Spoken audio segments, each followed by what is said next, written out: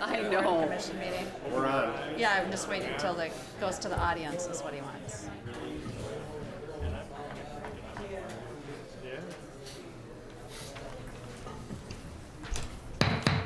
The March 6th meeting of the Eden Prairie City Council will now come to order. Please rise for the Pledge of Allegiance. Pledge allegiance to the flag of the United States of America and to the republic for which it stands, one nation, under God, indivisible, with liberty and justice for all. Our city council meetings are generally held the first and third Tuesdays of the month, and prior to each city council meeting, we have an open podium opportunity for people in the city to address the council on city business items. If you wish to speak to the council at this portion of the meeting, please contact the city manager's office at 949-8412 by noon of the meeting date with your name, your phone number, and the subject matter you wish to discuss, and then you will be a scheduled speaker. If we have time after scheduled speakers, as we did tonight, we will entertain comments from members of the audience that want to address us prior to the council meeting. These portions of the meeting are not recorded, nor are they televised. If you have any questions, again, please contact the city manager's office at 949-8412. Generally, open podium is 6:30 to 6:55. The first thing on the agenda tonight is accepting a donation from MedExpress for special events in the Park and Rec Department. Mr. Yes, Your Wadman. Honor, council members. MedExpress, as you know, came to our community just a few years ago, and as soon as they did, they have been good supporters of the park system in the community. A couple years ago, one of our grand openings at a neighborhood park, they were one of the sponsors at that event as well, and continue to support. This is a $2,500 donation towards 4 different events, one being the Fall Harvest, Kids Stock, Fall into Fitness, and Spooky Saturday. So we really appreciate the relationship we have and their thoughts for helping the community. Thank you. Any questions for Mr. Loudhammer? I assume not. Is there a motion? Sure. I move to adopt the resolution accepting the donation from MedExpress Urgent Care for $2,500 for Parks and Recreation special events. Second. All in favor? Aye. The motion passes. Again, thank you to MedExpress. Donations like this from businesses and individuals really help us to provide programming for different events within our city and are an important part of our community. All right, is there a motion for approval of the agenda and other items of business? I'd like to add one item under council member reports. Okay, And I would like to add 2. okay, all right, we'll add that. Anything else? Anything to add or delete from the? Mayor, I can mention this now on the consent calendar. Item B is the Shields development. We have the second reading of that project, which you had approved for first reading. The reason that there's a goldenrod sheet is that we simply added to the development agreement motion approval on the consent agenda that there are other lenders and owners that are going to have to consent to this agreement, so it's conditioned on the fact that they approve it as well.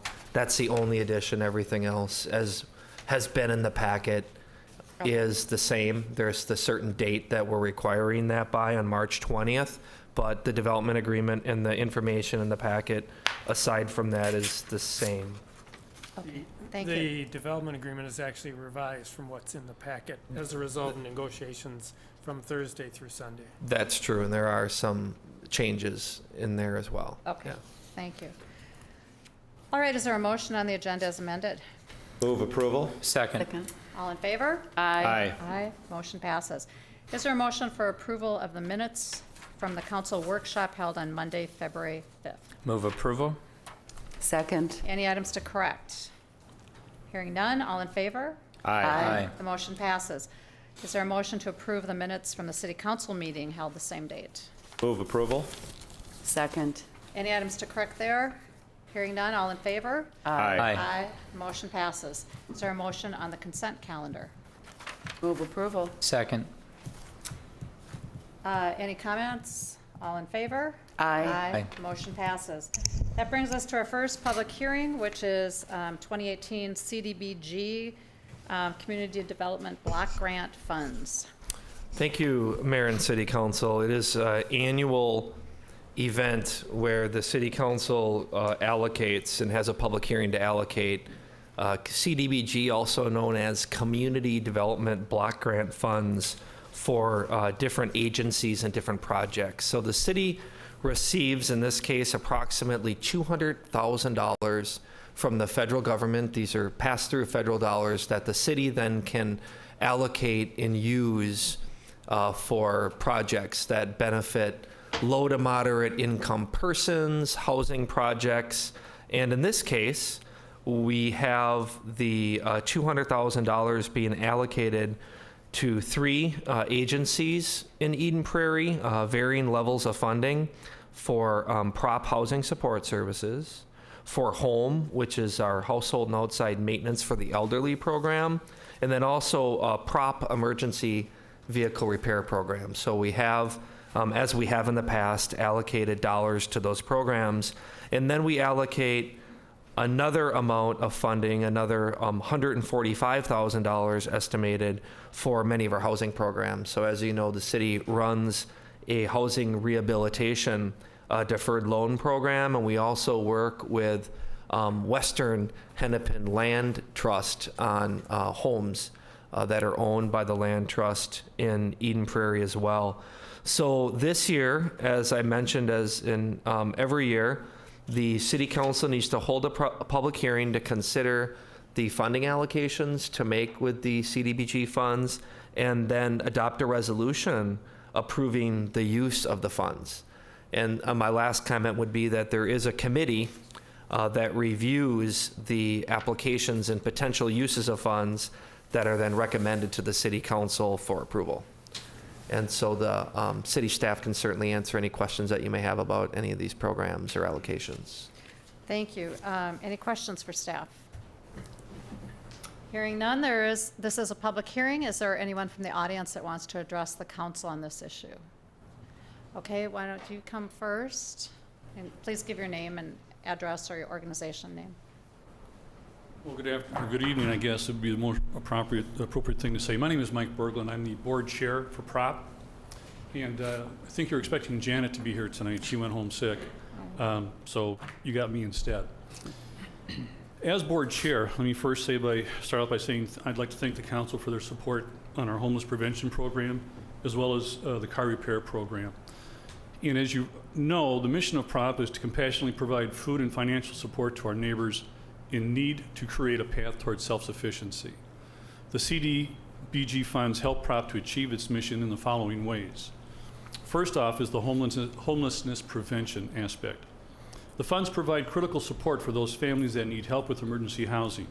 Common factors to emergency crises include physical and mental health emergencies, loss of employment or hours of work reduced, and increases in rent. And the latter is something that we are seeing more of. It takes time for families to find additional income in these situations. Fiscal year to date, we have helped 16 families with rental assistance using the CDBG funds, and PROP has helped an additional 50 total households with housing situations. As you know, PROP has been partnering with the city to do landlord outreach in an effort to build strong relationships, enabling us to help clients in emergencies and prevent evictions and to promote acceptance of vouchers. PROP also receives CDBG funds for car repair, and this actually is an essential service to keep families working in Eden Prairie with limited transport options. This is our second year of managing this funding stream. We have served 24 families this fiscal year to date, and our fiscal year starts July 1. In combination with the additional PROP transportation funding, we've spent all of the CDBG funds as of February, which covered 16 clients. That's $12,000 from the grant program. And then lastly is the CDBG rehab funds. And part of PROP's strategic plan is to look deeper into how we can be more welcoming and inclusive to our diverse clientele. We were able to use the funds this year to remodel our restrooms to be ADA compliant. The need of Eden Prairie continues to be strong as working families struggle to thrive with rising rents and the cost of living in general. And with that, again, PROP thanks the board and the council for all your support. Thank you. Thank you, Mr. Berglund. Could you spell your name for the clerk? Oh, sure. It's Berglund. Berglund. It's Swedish, not Norwegian, so. I'll remember that. Thank you. There was another hand back there, at least one. Yeah.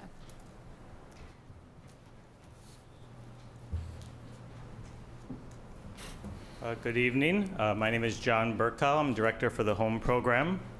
You want me to spell that? Yeah. Burkhow. That is Norwegian, actually. So. And I'm the director for the home program. And it's great to be with you again this evening. I was here last year. I don't know if I mentioned this last year, but way back in the day, I was a park ranger for Eden Prairie. So I really enjoyed getting to know Eden Prairie Park. So, but now I work with seniors, and we continue to do our good work. We're really proud of our local community involvement. Boy Scout Troop 479, St. Andrew Lutheran Church, and Prairie Community Church here in Eden Prairie.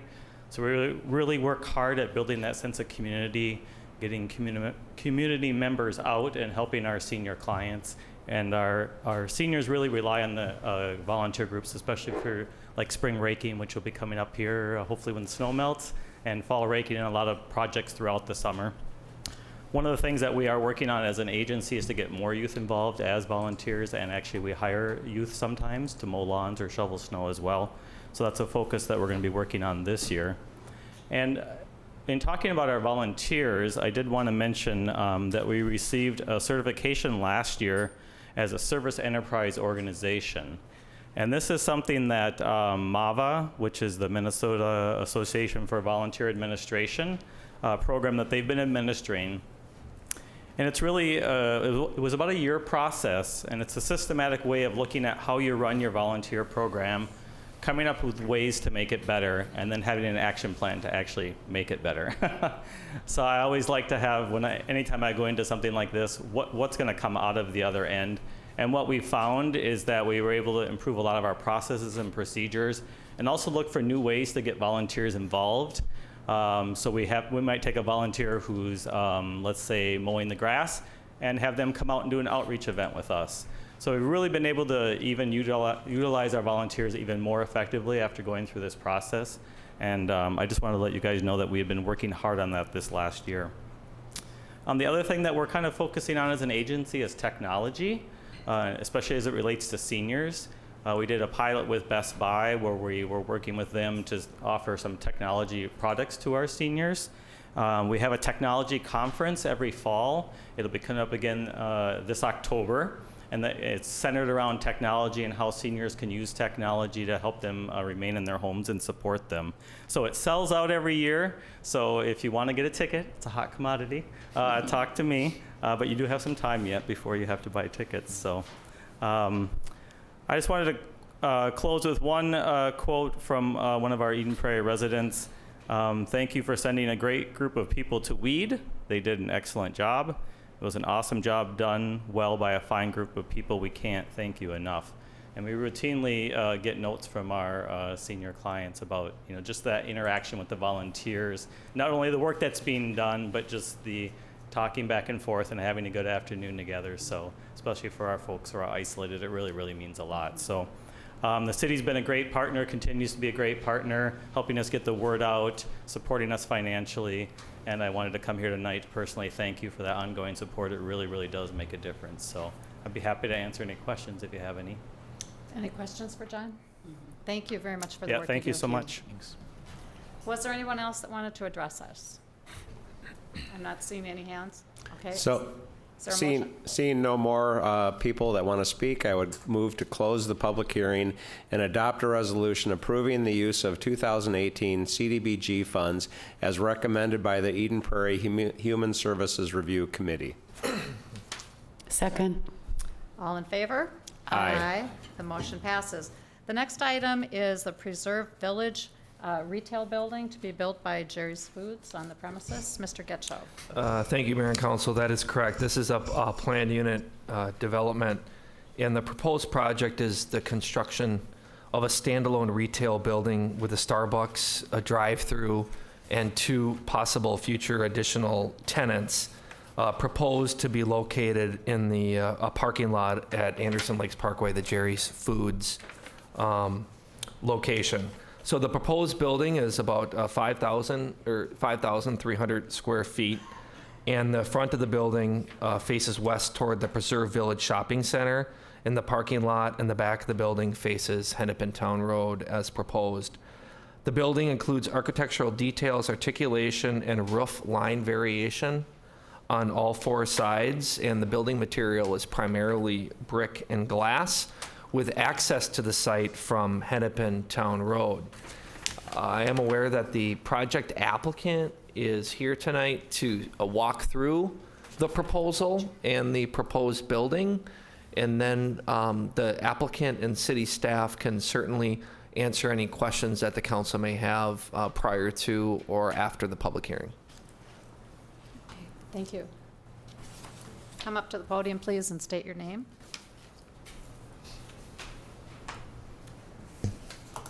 Good evening. My name is Brady Busselman. I'm a civil engineering consultant for Jerry's Enterprises with Sambatech, Inc. And I'm Kathy Anderson, president of Architectural Consortium. We're the architect of the project. And we did provide a PowerPoint for our presentation tonight. Okay. Oh, perfect timing. So what we're looking at here is a survey of the existing site. The existing shopping center is on the west side of the site, roughly 78,000 square feet. The existing sea of parking on the east side. The parking ratio currently provided here is about 5.6 stalls per 1,000 square feet. To give you a little point of reference, most major retailers, including Walmart and Target right now, have reduced their desired parking ratio to 4 stalls per 1,000 square feet. So we've got a lot of unused asphalt out there. One other note about one of the constraints here is that there is currently a Starbucks in the mall. However, there's no opportunity for a drive-through with the current configuration. So moving on, you'll see on the east side of the site here, and I apologize, I'm an engineer, this is a grading plan. I tend to get into technical details, so I don't have a lot of pretty pictures, but I'll try to walk you through this. The darker area on the right side is the proposed building, about 5,400 square feet. It's situated in between the two existing driveways on Hennepin Town Road, so we won't be altering access to Hennepin Town Road. There is a large stormwater feature in between Hennepin Town Road and the building that will be providing infiltration, and we've been working with Riley Purgatory Bluff Creek Watershed District on this actively. We should be either on the March board meeting or the early April meeting to advance that. Could you speak up a little more? I'm worried you're not getting picked up by that. Certainly. Thank you. So so let me move on. So the parking ratio provided here with the build out is 4.5 stalls per 1,000 square foot of retail area for the overall center, and 1 stall for every 3 seats of restaurant use. And as I mentioned, we've seen the industry go more toward 4 stalls per 1,000 square feet. So at 4.5, we feel very comfortable that there will be sufficient parking here. One other aspect of our application, we are proposing to eliminate the 2 existing pylon signs along Hennepin Town Road and construct a single larger sign just south of the north entrance.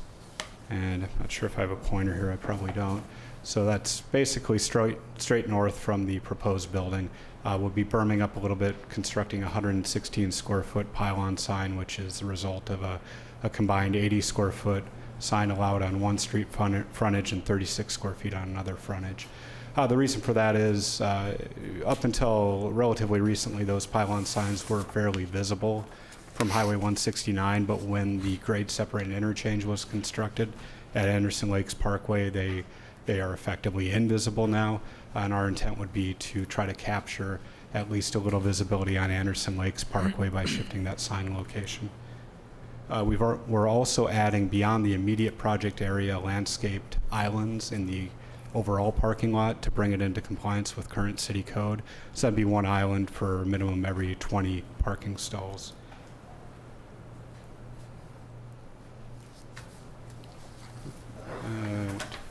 So this is a blow-up of the site plan.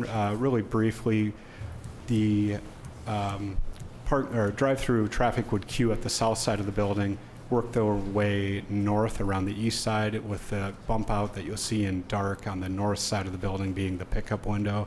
There's enough space there for about 10 vehicles to queue without interfering with parking, and beyond that, vehicles would queue to the west into the parking lot and not interfere with the existing drive access to the south there.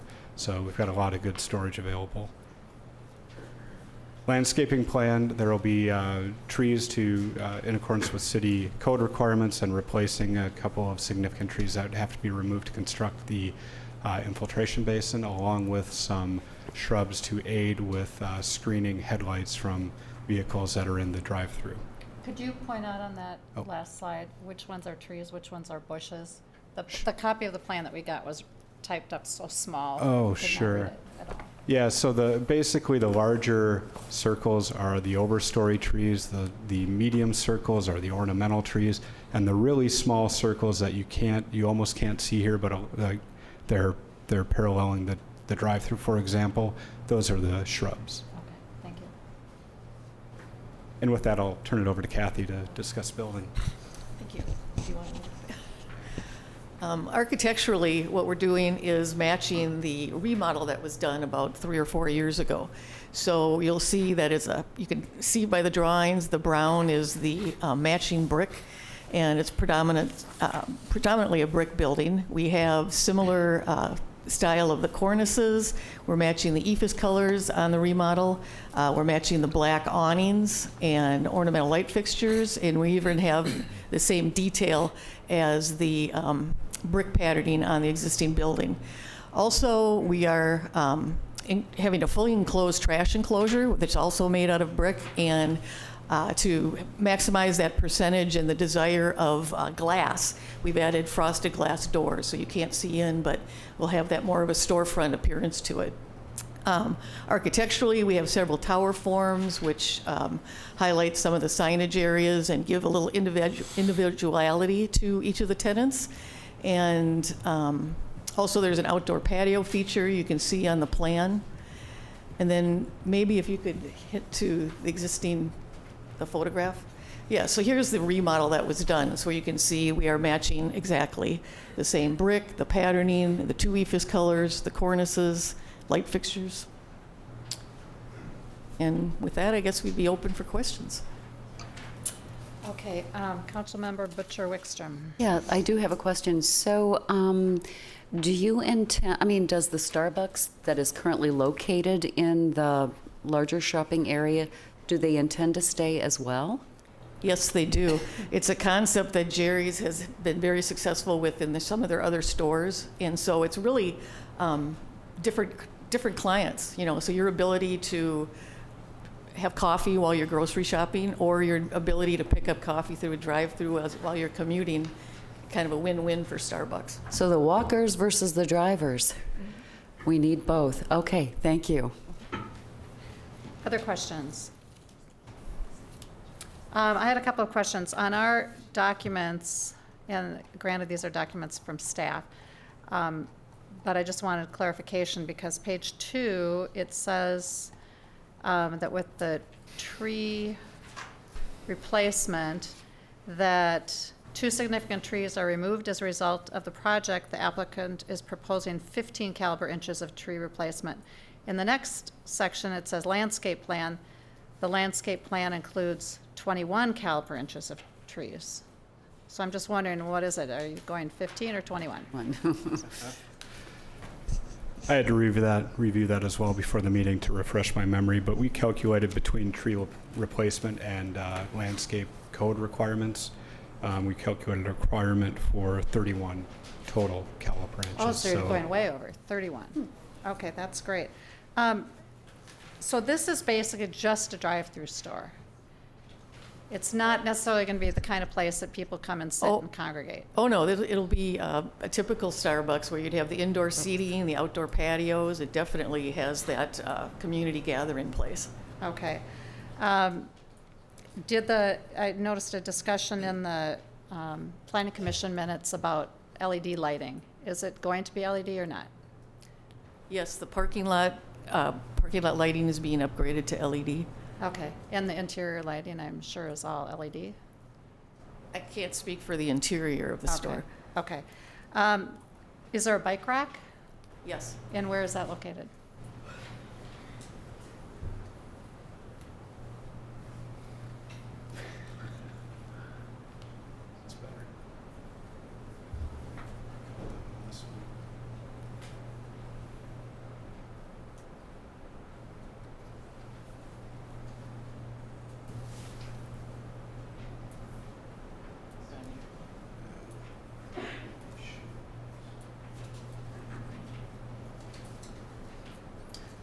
Well, and then the other thing is, this shows 2 patios. Yes. Is that correct? Is one a grassy patio area and the other one is a hard surface? No, both would be hard surface. And again, that'd be dependent on the future tenants. If it's not a food use, we wouldn't put in a patio, but Okay. to entice one, which we know the desire is a food use, just from our neighborhood meetings, that's a good way to attract a food user. Okay, and then the other thing is, being that it probably will be food use, people that are doing business at the shopping center at Jerry's or wherever, if they wanted to go over there, walk over there and get something to eat, could you talk about the walking patterns and how that's being preserved during the wintertime? Sure. So it was addressed in the Planning Commission staff report. We went back and forth with staff and brainstormed how to safely convey pedestrians from the mall to the new building. And what we agreed upon is a striped area, and you can see it here in between the 2 ADA stalls at the main entrance to the building, and paralleling the drive aisle, kind of toward the north end of the building. Mm-hmm. So that staff felt would address that need. The problem we had with trying to, say, construct a new large landscaped island with a sidewalk in the middle is that we're dealing with an existing parking lot, and that could lead to tearing up everything to try to chase that width back. So this, we felt, was a good compromise. So there'll be a striped walkway that's actually behind parked cars. So cars will cross the striped walkway in order to park. In a grocery anchored shopping center such as this, your natural way of traversing a parking lot is through the drive aisles. It's very rare that someone would get out of their car and go meander to some path. Mm-hmm. So this is kind of a natural way, and we thought the striping at least would give a little protection. Is it possible, I mean, when I see striping, I don't necessarily think conducive to walking, but have you seen that stenciling that makes it look like it's a pavers or a brick walkway? I'm sure, Janet, you've seen those. I think to me that sends a message, this is the way you walk, don't walk through the parking lot, walk here. If I saw a striped section, I'm not sure. And what do you mean by stripes? Stripes on both sides of the walkway as we walk? Is that it? Right. We would envision both the parallel striping and similar to a crosswalk in front of a store entrance. I will say we'll certainly evaluate the suggestion for stenciling. The one concern I have with that is that the limits of pavement removal don't go all the way to the front of the existing mall, so to stamp fresh pavement wouldn't really work. But we can certainly talk through with staff options for some sort of I would like that, middle some ground. way that makes it seem inviting to walk Right. the path, because you want to encourage walking, but makes it safe too. So probably to be consistent dealing with new pavement and old pavement, maybe it's just the striping pattern that we use is a little more the look of pavers. Well, I don't know, you can do stenciling, that's just paint, isn't it? Well, That's no. stenciling that they use? I think the product you're mentioning, we're familiar with it. It's a pour. It goes in and is stenciled with the pour of the asphalt. Well, I'm sure you know better than me, but there are different options. Let's look into something like that. LED lighting. Okay, so did you find the bike rack? We didn't find, I know we are committed to locating it. Okay. My suggestion would be near the patio areas. Right, okay. All right, any other questions? No. This is a public hearing. Is there anyone from the audience that wants to address the council on this proposal? Okay, I don't hear anyone. Is there a motion? I would move to close the public hearing and adopt the resolution for planned unit development concept review on 9.10 acres and approve first reading of the ordinance for planned unit development district review with waivers on 9.10 acres and adopt the resolution for preliminary plat on 9.10 acres into one lot and direct staff to prepare a development agreement incorporating staff and commission recommendations and council conditions. Second. Any other questions? Mr. Jeremiah, you wanted to speak? Oh, did we miss someone? Oh, I'm yes, there sorry. is someone. What do we have to do to reopen the public hearing? Well, it hasn't been voted on. It has been voted on, okay, so he can come up. Yep. Okay, do you want to come up and speak, please? I'm sorry I missed you. Just one question, I was curious. How is the delivery, and this is a food thing, right? So how are the delivery trucks and all that? None of that was mentioned. And how is that going to look? How have they addressed the back of the building so that it has a nice aesthetic look? The back of the mall that's there has an alleyway, and nobody goes back there, nobody sees it, so it can be any way it wants to be. What have these people done to address the issue of aesthetic value? Just so you're not looking at a loading dock as you're Right. driving into Jerry's. Right, good question. Where are the proponents sitting? If you could come back up and address that question, that would be great. Thank you. Can I get his name? Oh, yes, I'm sorry. Carl Walquist, would you like me to spell it? Carl Walquist, and Yes. your address? 10589 Sherman Drive, Eden Prairie. Okay, thank you. Wasn't able to hear. The question on delivery trucks, being that there's going to be food products there, and how are the delivery trucks going by, and how is the aesthetic of the building such that it doesn't look like How's the back? delivery screened, in Yeah. essence? So the side that's facing the freeway, that's where the back of house is for these tenants, and that's where we have the delivery doors. Trucks would just be pulling up into a parking stall or parking lot and carting that in. Oh, they won't be going through any back entrance. If it was an off-hour delivery where there wasn't someone in the drive-through, they could, but being that the drive-through is, probably at the same time, they'll be in the parking lot. Right, okay, thank you. All right, anything else? Okay, so do you want to remake the motion? No. I don't think I need to remake it. I've made a motion. Did you second it? I did. Oh, Mr. Case did, okay. All in favor of the motion? Aye. Aye. Aye. Motion passes. Payment of claims. Move So- approval. Is there a second? Second. Any items to question? Roll call, please. Councilmember Aho, Aye. Councilmember Butcher Wickstrom, Aye. Councilmember Case, Aye. Mayor Tara Lukens. Aye. The next item is the appointment of new members to our boards and commissions. Mr. Getchell, do you have anything you want to add to that? Yeah, really quickly, Mayor and Council, as you know, you as a city council interviewed all applicants on Wednesday, February 21st. So through the month of January, the city took applications for our boards and commissions, and the council held interviews on February 21st. And I guess it would be a good problem to have when you have more people applying than you have space. Unfortunately, though, it means that there isn't room on all the commissions for all the people that applied. And I think it's something you're probably going to mention later on, but there are openings every year, and there are excellent people applying every year. So we encourage those that may not be appointed by the city council to apply again in the future. In fact, I think that's the case this year, where there was someone who applied on more than one occasion.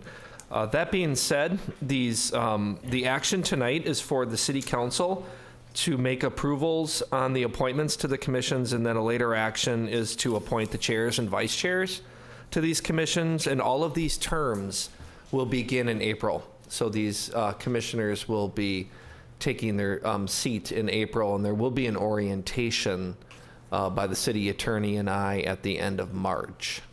Okay. Thank you.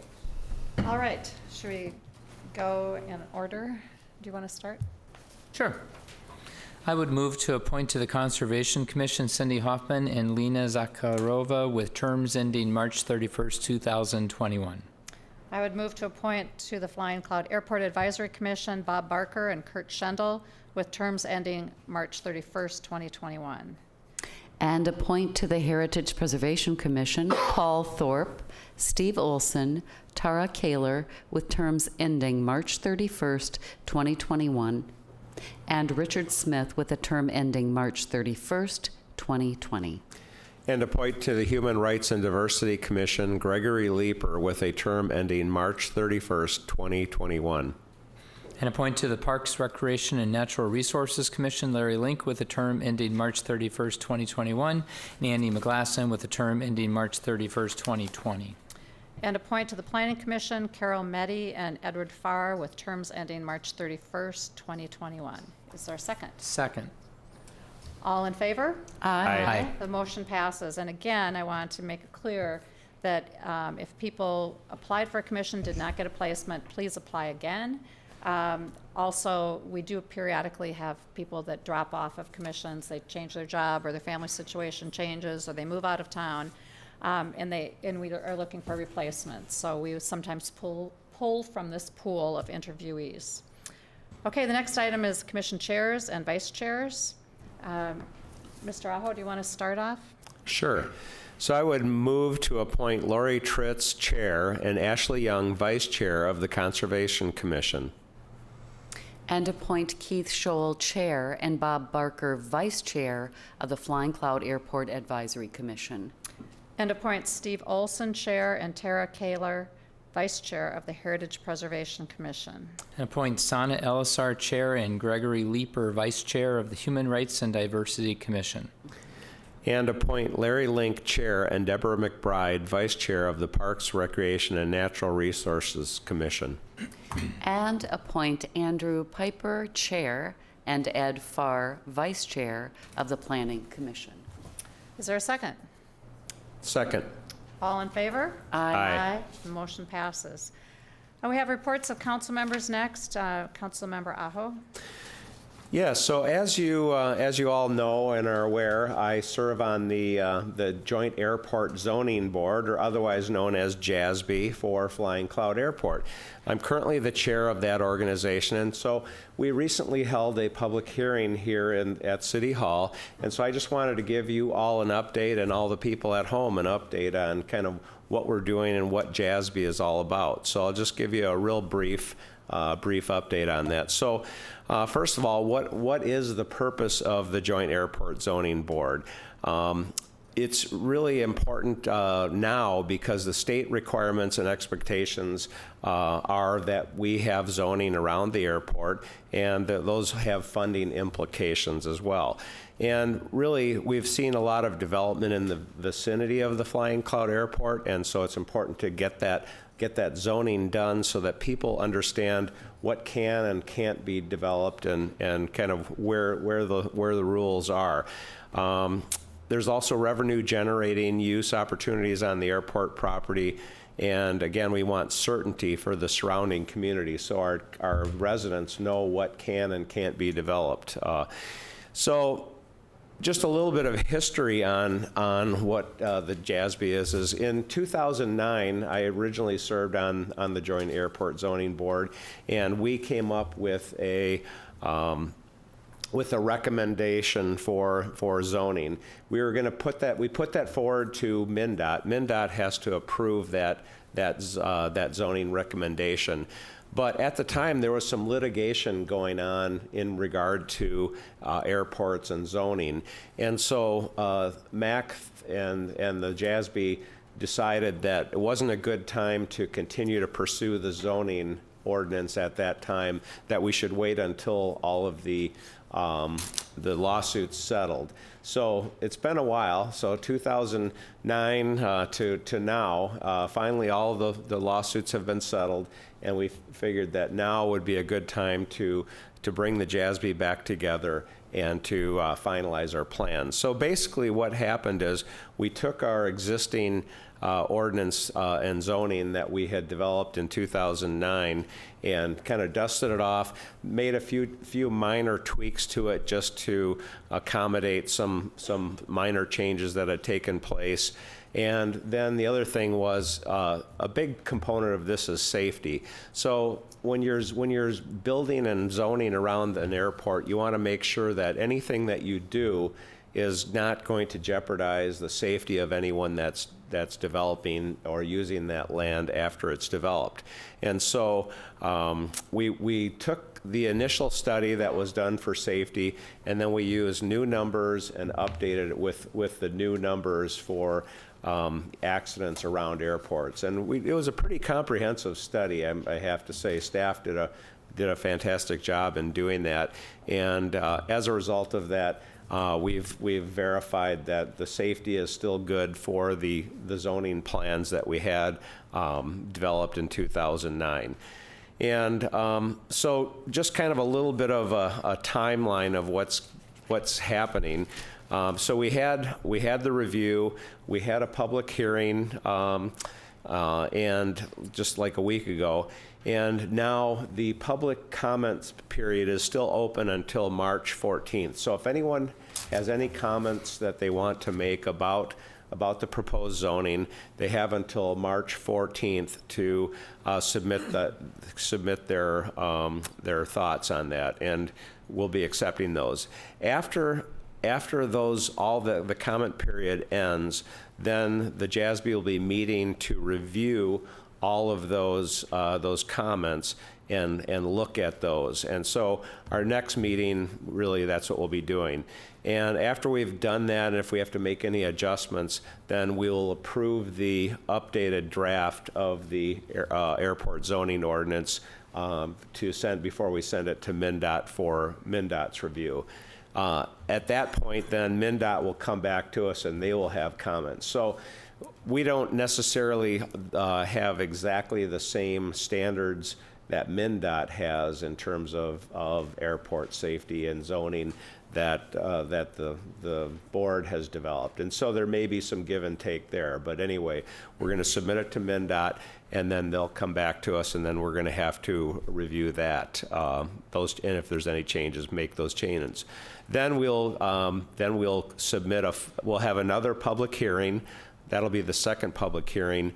And then we will have the final adoption of the zoning ordinance after that. So that's kind of, in a nutshell, what the process is. So again, just for people at home, if you're interested in this topic, this zoning does not impact anything of airport operations. It doesn't allow different aircraft to utilize the airport. It doesn't change any of the noise patterns at the airport. It's just really just the zoning of the land around the airport. So no airport operations will be changed as a result of this process. Could you just mention, if people want to read the proposed ordinance and comment on it, what's the website? Yes, and so if you want to comment on it, you can, there's a number of ways you can do it. You can send them to the Secretary of the Flying Cloud Joint Airport Zoning Board, and that's the Metropolitan Airports Commission, and the address is 6040 28th Avenue South, Minneapolis, Minnesota, 55450, or you can email your comments to fcm.zoning@mspmac.org. And it is available on the MAC's website, and that address is metroairports.org. And so if you go to metroairports.org and search on the Flying Cloud Airport Joint Zoning Ordinance, you'll find the information there. There's a presentation that goes over all of the different safety zones. It's a fairly complicated process and zoning when you look at it, because there's different zoning around the airport. There's different safety zones. There's safety zone A, safety zone B, there's safety zone C. There's all these different zoning, and they all have different overlapping trapezoidal areas. So it's also governs height as well. So you can't build too high, and it talks about what the land use is, what you can and can't do in each of the zoning areas. Okay. So that's a brief update on what's happening with JASB. Okay, thank you.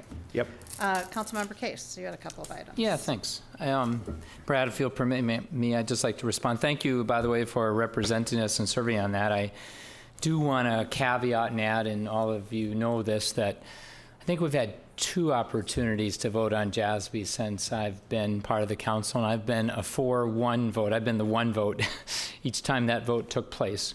And my reasoning remains the same today. I'm assuming that the other 4 reasonings remain the same today. My reasoning was that since the Metropolitan Airport Commission has, by legislature direction, they have power over all municipalities in the state of Minnesota. So MAC has the power to zone anything they want anyway. So in my mind, getting the city involved, we've just kind of been invited into this process partly to give some cover to some of the possible Metropolitan Airport decisions that may or may not be received well by our residents.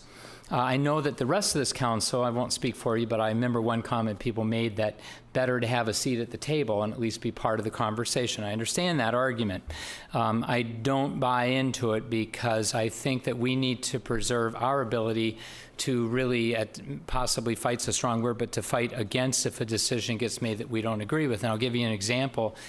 If indeed the weight restrictions were against our decision, better judgment, and our fight, if the weight restrictions were to be ever removed so that heavier planes could land, more planes could land, it could alter the trapezoidal noise contours and safety contours of A and B.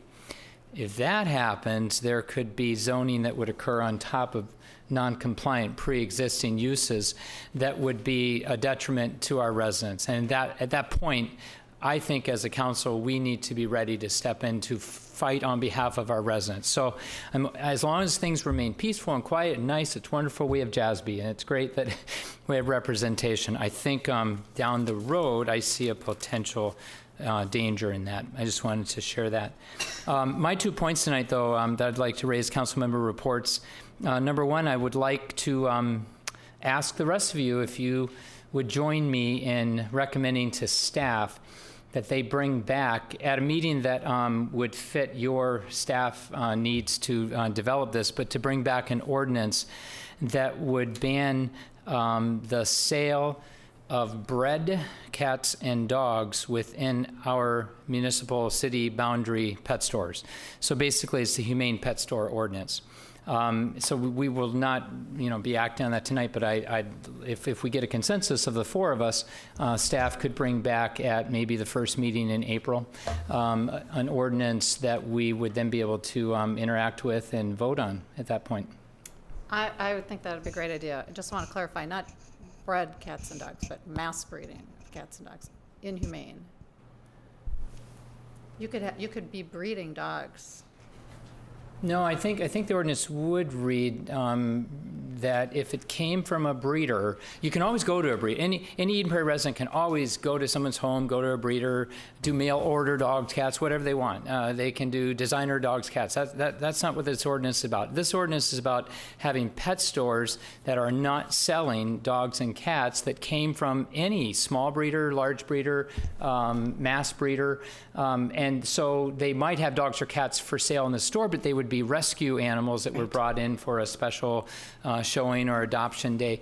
And just to point out to the residents of Eden Prairie, every one of our pet stores inside the limits of Eden Prairie today abide by this. You might ask, why are we doing this then? Because proactively trying to make sure this doesn't happen, and also making a statement of values that people in Eden Prairie, we value our cats and our dogs, our pets, and the way that mass breeding occurs in puppy mills, and I don't know if there's kitty mills, I'm sure there are, happen, and the inhumane treatment of those animals, that's what we're taking a stand on.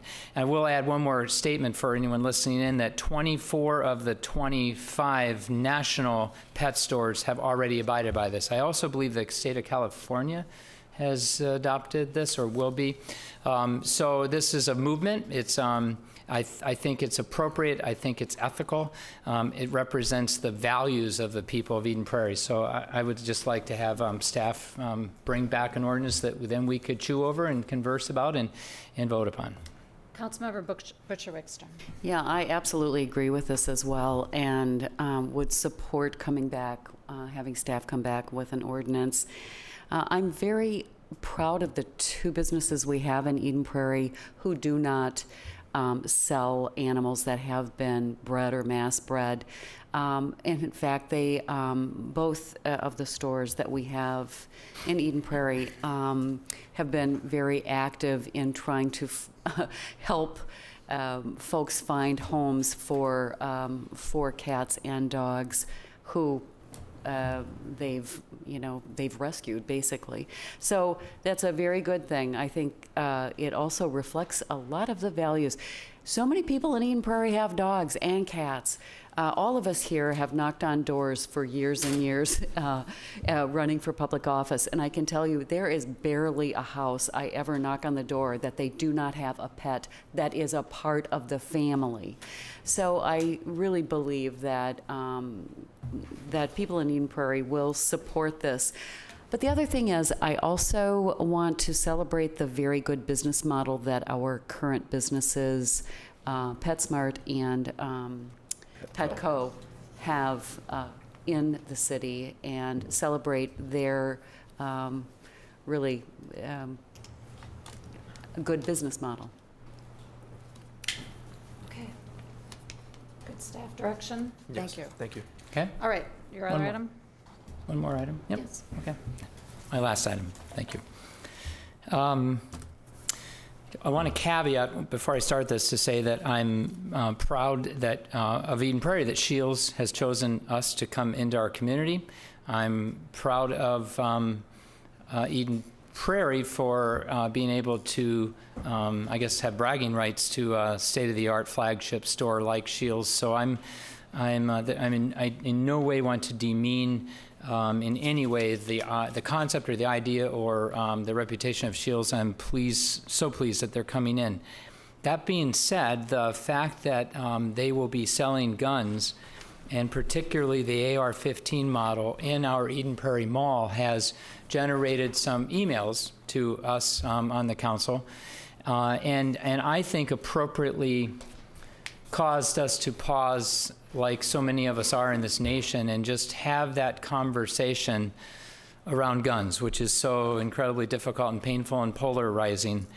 My suggestions tonight will not in any way touch on legal issues, or certainly not Second Amendment, or in any way something that the city should or shouldn't be doing from a legal standpoint. My I guess, asks tonight will be more, is there a way that we could open up a conversation? Looking at what Dick's and Walmart have done in the last couple weeks nationally, I'm not proposing we ask Shields. What I'm proposing is that we suggest to staff, I guess I'd ask the rest of you to think about this, could staff set up or convene? It could be a off-camera meeting, it could be on camera, up to whatever Shields would want, but bring in some Shields leaders, executives, to hear us out, to hear our concerns, to hear our, possibly even our residents' concerns. Maybe even to have some kind of gathering of, I'm not suggesting a public hearing, but just something that we could in any way, or maybe even on our website, just take opinions, take ideas, just in this conversation of trying to address how municipalities can get into this conversation, because more and more as we're reading it, there's definitely a federal, congressional, Supreme Court kind of piece to this. There's state regulatory conversations, but there's municipal conversations as well. And again, maybe that's pulling the mall in as well, the mall owners, and bringing them in. Already I know that our Eden Prairie Mall is gun-free in terms of outside the Shields store. And I know that Shields has been really open and positive about some of the steps they take on all of their stores to usher people in who come in to have a gun looked at, to walk people out. I mean, I'm pleased and proud of what they do.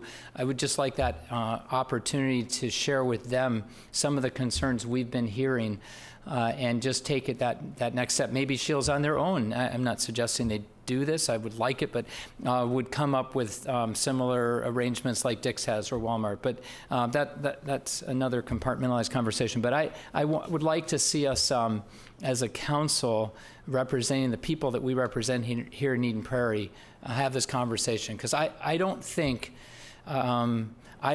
we would all sit back and go, it's just okay if the Mall of America brought a store in that sold assault rifles. I don't think that would be okay, that we would feel okay with that if there was a store inside the Mall of America, the #1 largest mall in the world, selling assault rifles right inside their premises. And I'm not saying they are 15. I've done my research. It's technically not an assault rifle. But I don't know that we being the only type of mall, I know that Shields has said that Mankato has, a mall that they have a Shields, and so is Rochester, and so is St. Cloud. I think the Eden Prairie Mall is closer in context and feeling to Southdale, and maybe Burnsville. And I just want to have this conversation more. So I'll stop talking. I'd like to hear what other people have to say. I think it'd be a good idea to continue this conversation. I'm not sure exactly what format, but maybe if you talk with the city manager, you can come up with some ideas on how to go about this. I support it.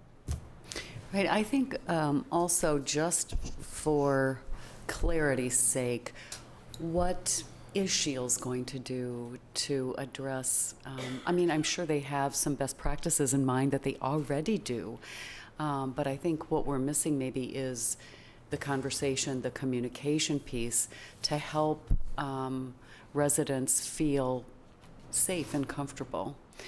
So I do think it's a good idea to bring Shields in and have a conversation.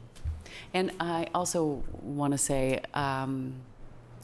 it's hard not to ignore when there's such devastation that happens. And I think people just want to know how they can feel safe in their communities.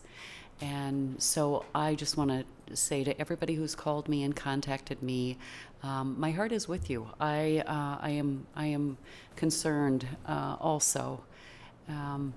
But how do we create this balance of, supporting Second Amendment along with being able to have people feel safe? There's got to be some ground that we can figure out. And that's what a conversation would look like, I think, maybe to at least open that door. But I really do want to thank all the folks who have reached out to me, because I can tell you the emotions are so great around this issue. And I want Shields to be successful too. So maybe some feedback could be positive, as well as helpful for anyone visiting the mall. Councilmember Aho?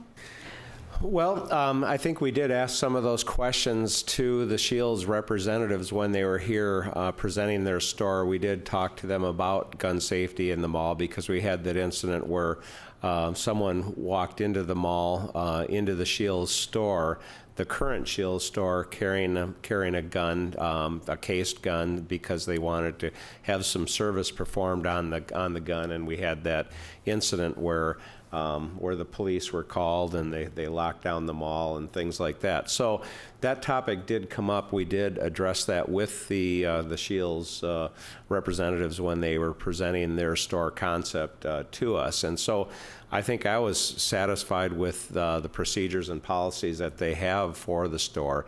I think in terms of just the general overall question, I realize that right now there is a lot of concern about weapons just due to the fact that we had another mass shooting event that took place, and so I think there's an increased emphasis on gun safety and things like that, and mental health. And just tonight, actually, I spoke with our police chief about Jim DeMann about that incident, and kind of how is Eden Prairie prepared and different than the community in Florida where that incident took place, and how can we be better at preventing something like that. And I think our police force here is doing an exemplary job in how they're handling events that could, or situations that could lead to something like this.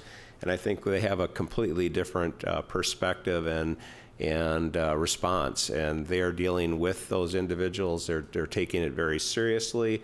They are working with mental health professionals to seek getting people that are having issues, getting them the help that they need so we can avoid situations like that. And so I feel that our community is really responding in a way that is very positive, in a way to handle these kinds of situations. And so I'm comfortable with that. I think that we need to, as a city, we need to work with our state representatives and national representatives if we want to affect change regarding gun laws and changes to those things. And as a city, I think it's important to be aware of what's going on and to work with our local law enforcement and work with our local vendors to make sure that they're doing everything they can to prevent selling weapons to people who could misuse those weapons. And I think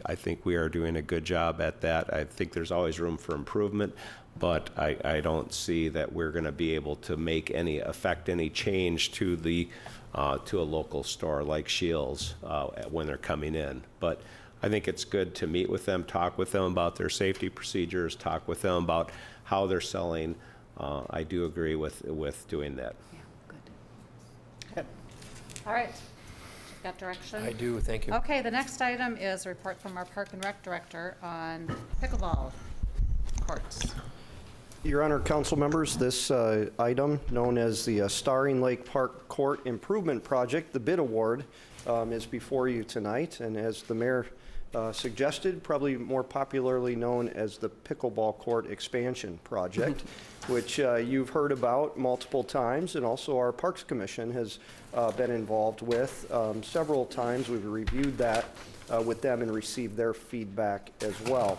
I do want to recognize tonight, we do have quite a few people here from Southwest Metro Pickleball Association, and along the way through this plan, but also even going back to 2012 as we began going down establishing pickleball courts, it's really been important that they've been willing to come forward and share their experiences, share their ideas, and give us that really good input of their perspective on what they would like to see. And so we've been, since 2012, have been moving along, and certainly this is the largest proposed project that we have had so far.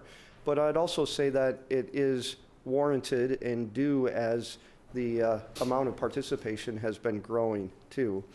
Tonight at the open podium, it was mentioned to you that Jerry Moss, who I think all of us know and recognize, did pass away. And Jerry was somebody that has been involved from the very beginning and never hesitated to make a call or stop in and meet, and really worked tirelessly both to help us better understand pickleball, but also to really make the Southwest Metro Pickleball Club the club that it is today. And so unfortunately, Jerry did pass away a few weeks ago, but his fingerprints are almost literally on this design and on this plan too. And so we appreciate the work that he did for this. We, based on feedback we received the last time we were here before you, we went out to bid with a concept that we could have alternates added to it. So our base was, that you see here, was to redo the basketball court, the tennis court, and 4 pickleball courts. That was the base bid. That obviously works with all of the site prep, the drainage that goes along with it, the patio that's in between the pickleball courts. But then as we had another alternate to go up to 6 pickleball courts, a lot of that expanded. More drainage, more of the patio, more chairs, more umbrellas, and same thing, it expanded also with 8 courts. We did find we were really pushing the envelope with 8 courts in terms of how we need to deal with stormwater, but also in the bottom right-hand corner of that bottom right-hand pickleball court, there's a retaining wall that you'll see. And the reason for that is we wanted to work very hard to save a couple of very significant trees that are in that area, and we were able to accomplish that. Towards Pioneer Trail, we need to remove some trees. Some of those, though, we think we can transplant them. When the road was expanded and new trees were put in place, some of those trees are still of a size that can be transplanted. So although we'll lose some, we can transplant some, and then we'll replant. So it's hopefully pretty much a net on that. So that's important to know. You'll also see in the upper right, there is the sand volleyball court. That's in a slightly different location today, but that would be relocated in order to accommodate this. Originally, when we looked at this as part of a feasibility study, we had also looked at it as if it was lighted. When we started to look at the costs associated with the total project, we did pull the lights out of it. So these are not lighted courts. You'll see a couple different drinking fountains, some bike racks, benches, very significant shade structures that really match what's already at the site today over by the play structure. So this really fits in well together, we believe. There is a slight reroute of the trail, but not all of it. So there's a little bit of cost for that as well. So that was really the design that we came up with, to look at this with 4, 6, or 8 pickleball courts.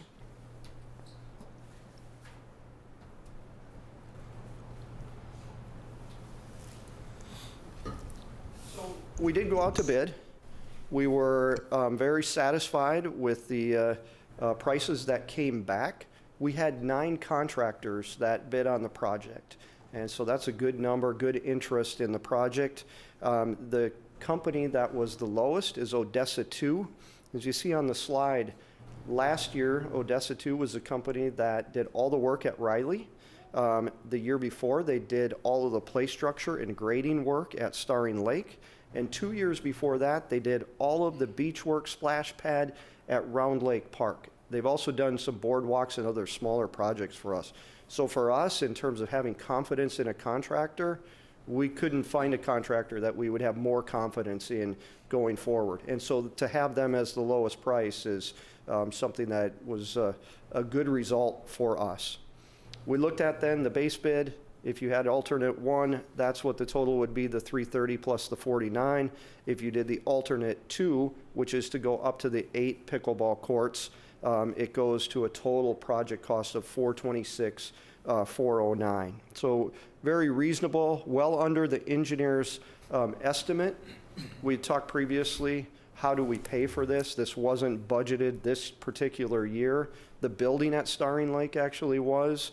What we would need to do, we had $100,000 that would have been to help redo the basketball tennis court in a couple years.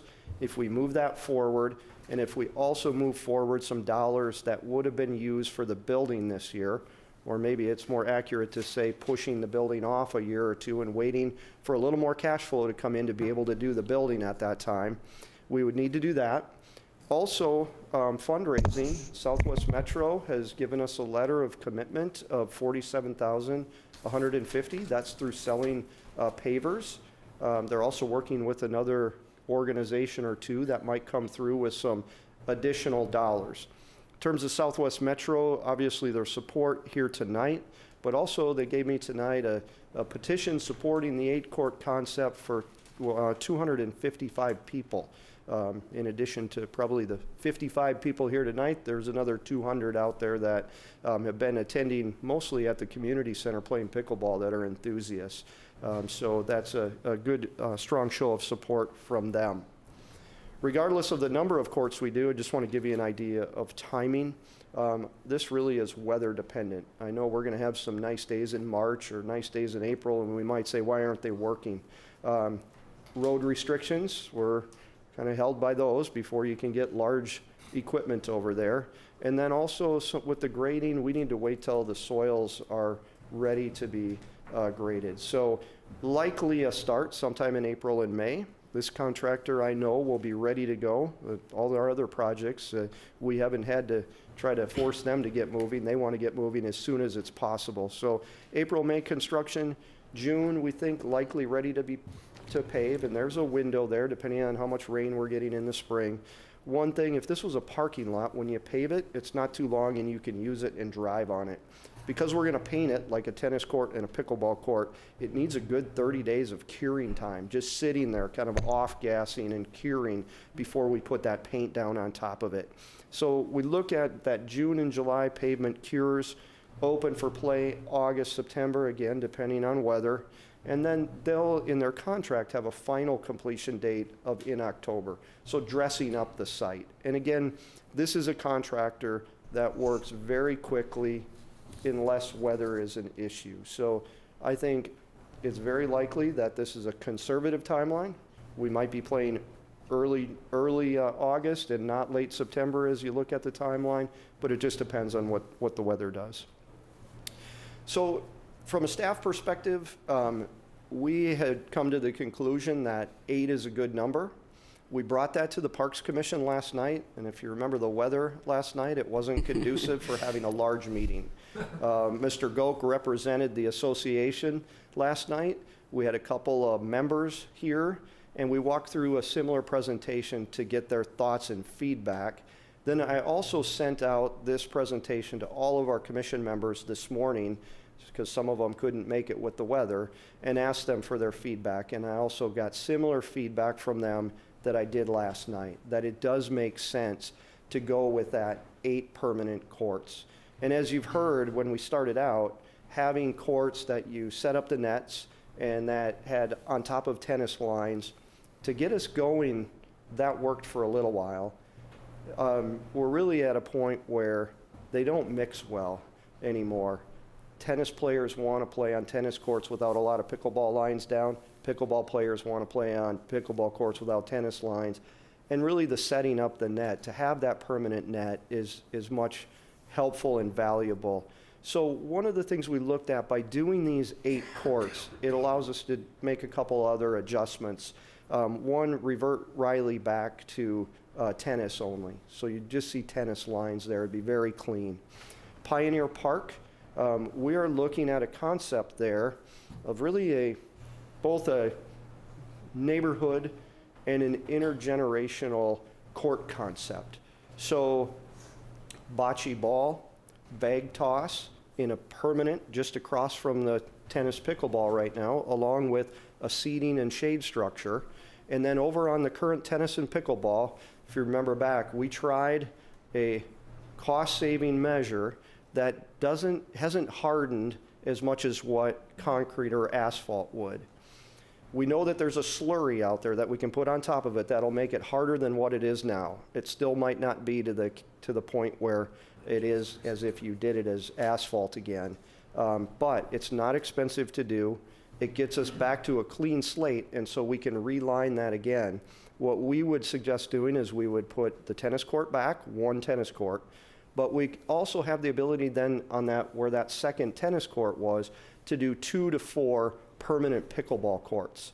So now you really have this, and it might not be the highest level of pickleball players that play there, but you have this ability. You might be seated, and maybe you're playing bag toss, or maybe you're playing bocce, and it can rotate through, and really is gravitating for some of those, whether it's seniors during the day right behind the senior center, or at night and on the weekends for families that's their neighborhood park. We really think this is a good concept and really not at much of a cost to be able to accomplish that.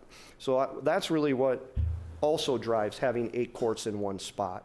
And that 8 obviously opens up to having quite a few people playing and interacting at the same time, or maybe even some greater weekend tournament availability too, and a really quality location.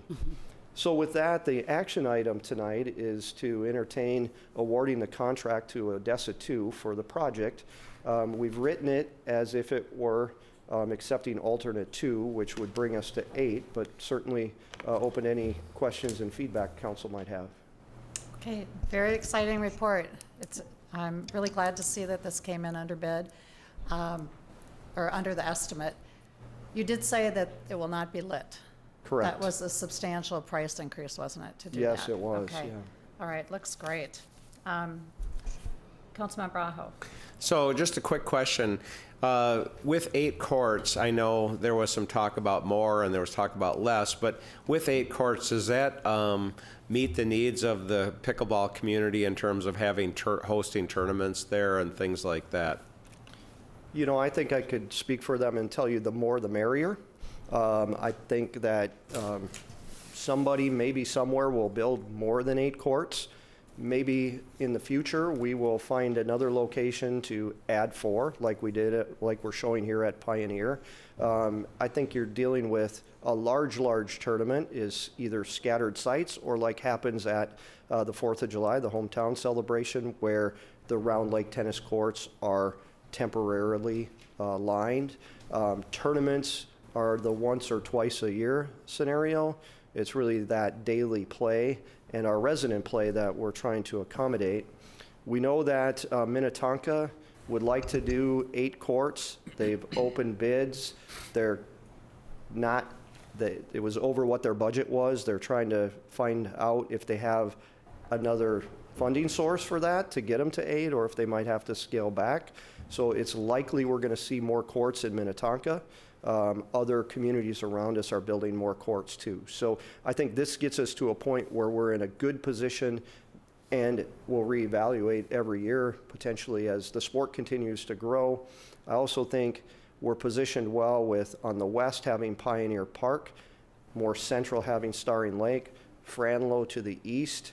If anything, making that move potentially to the north for neighbors. And we have some reconfiguration or reconstruction of courts coming in the next 5 or 6 years that may give us that opportunity if it's needed at that time. But this will really help us understand, do we need to do more within our community, and how soon would we need to do more? So how many courts will we have if we were to do 8 courts, how many courts will we have in total in the city? You know, so then we would have those 8, 4 permanent at Pioneer, and 4 permanent at Pioneer Park potentially. So 16 permanent. Yeah, we have the 4 indoor courts at the community center in the gym that goes up to. And then there are 7 courts at Champions Hall. What did they get? Yeah, so 7 private courts at Champions Hall. Okay, thank you. Councilmember Butcher Wickstrom. Yes, I really appreciate the hard work that you have done on this and the creativity behind it, and being able to come up with a solution where we can provide the community with 8 courts. That's what I'm going to support, is the alternative 2. But with the 8 courts, so providing the community with that, but also figuring out how we can fund it. So happily that Odessa 2 came in under bid, but also that we figured out that by tweaking a couple of other future projects, or projects that were current but we can push off into the future, and not really miss much from doing that, we're able to actually do this. It was a hard conversation the last time we had this conversation about how many, and it was always about the cost of it and how do we handle that. So anyway, I just want to say thank you for figuring out a way to get this done, to serve the community and do it within a reasonable amount of money. So thank you. You're welcome. And also thanks to the Southwest Metro Club for bringing money forward to help with this. We really appreciate that very much. Hear, hear. Councilmember Case. Yeah, I'm just going to about say the same thing and underscore, but I really appreciate that staff, you, Jay, leading this effort. We're so sensitive to what really the council was pushing for, and I know at times the direction doesn't always look exactly what fits into our 5 or 10-year plan, and I get that. But I appreciate your sensitivity to demographic changes going on in our community, which you're always so sensitive to, as well as just evolving sports changes. And I just think this is an example where I really believe the representation, being sensitive to what's happening out in our community, played out really well. It's a sport. So, but thank you, all of you, but thank you, Jay, also. I'm just really pleased about this. Do you? I'd love to make the motion. Please. Right. So I move to accept the bids and authorize entering into a contract to include the base bid and bid alternative number 2 with Odessa 2 for the Starring Lake Park Play Courts Improvements Project. Second. All in favor? Aye. Aye. The motion passes. Any other information to bring before the council tonight? Hearing none, is there a motion to adjourn? So move. Second. All in favor? Aye. Meeting adjourned.